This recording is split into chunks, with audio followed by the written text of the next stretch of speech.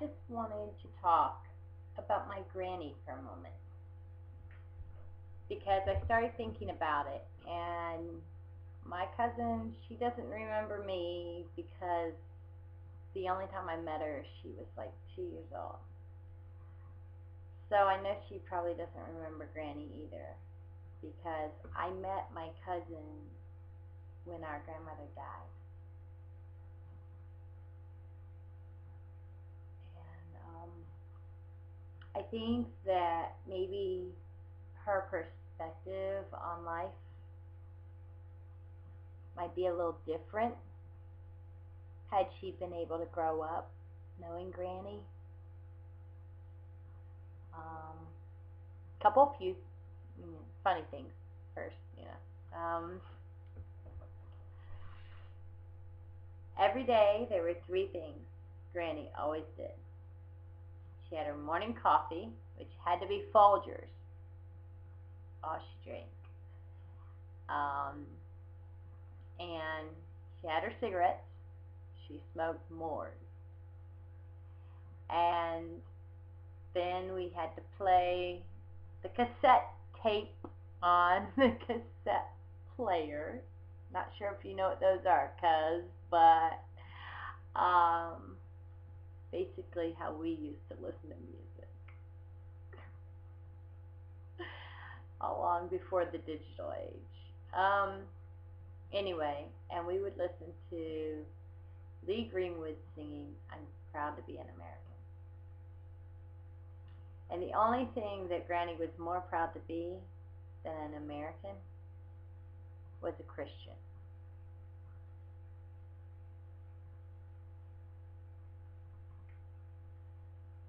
She was a cafeteria manager at Pierce Elementary School, Southside Independent School District, San Antonio, Texas, up until, I'd say probably the end of the 82-83 school year. Or maybe it was 83-84. Can't remember now. But she took an early retirement, and that was my fault.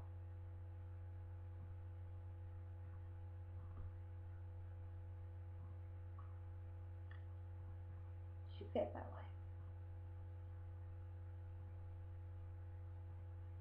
And I really wish you could have known her. She's a really wonderful person. She taught me macrame and needlepoint, embroidery, all kinds of crazy crafts. We even made candles one time. I made this green frog candle, and I remember thinking, man, this is like the ugliest thing I've ever made.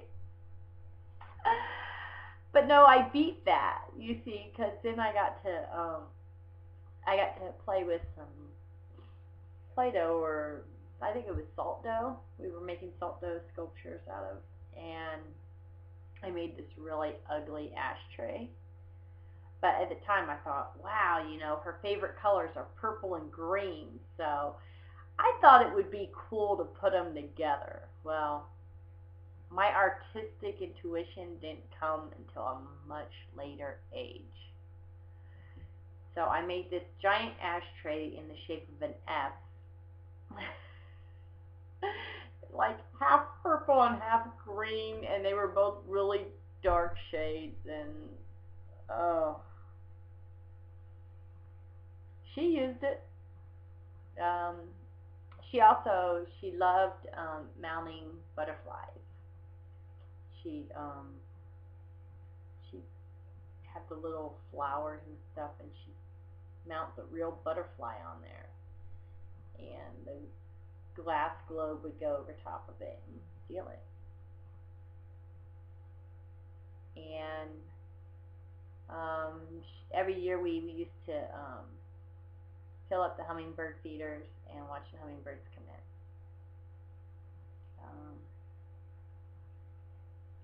She took care of everything and everybody. her cousins, well, her cousin Fred Mogford, um, she lived on his farm, and his wife Ina, they never had any children. So like your mom and my mom and our other aunt and our uncle, they were the closest thing that Fred and Ina ever had to children. And Fred's sister Bessie lived at the farm down the road. Of course, the road was Mogford Road because Fred built the road. At one time, I guess his family used to own a lot of the property there, and it got sold off over the years. But Bessie's not around anymore either, but her grandchildren are, and I actually grew up with her grandchildren. Our third cousins, their last name is Lumpkins. And then, but Granny, she took care of Fred and Ina, and she'd go over and she'd check on Bess. And um,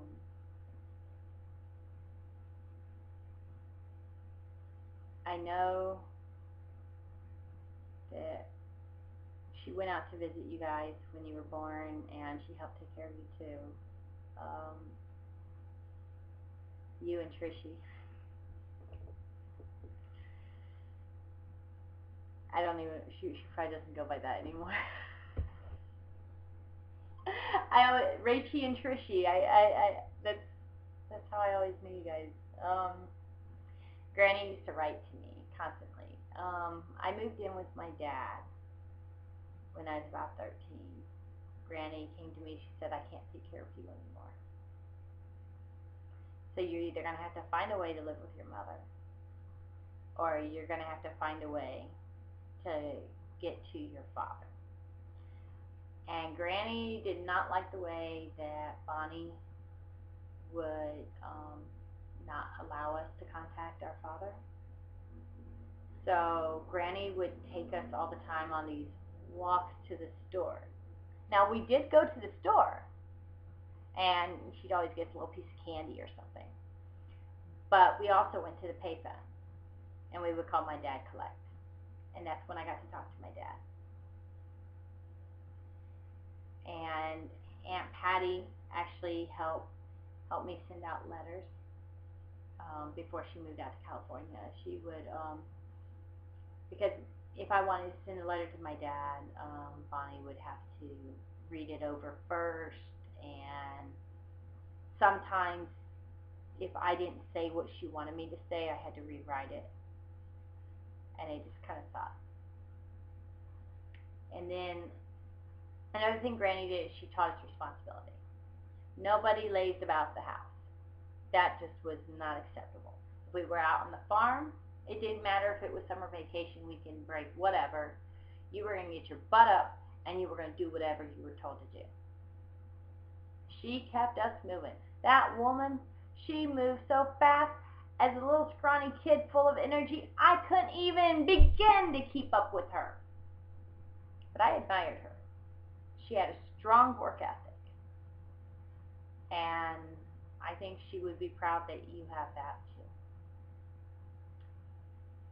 And she would take us walking up and down the highways in Texas, and we would pick up all these cans and stuff, and she'd collect stuff for rebates. That's how we got most of our money. And it was a lot of hard work, and we did a lot of walking, but it was time we got to spend with Granny. And time spent with Granny was time well spent. But that's it for now. If you have any questions, just ask, because Granny pretty much raised me until I was about 14. I loved her much. I really wish you could have known her.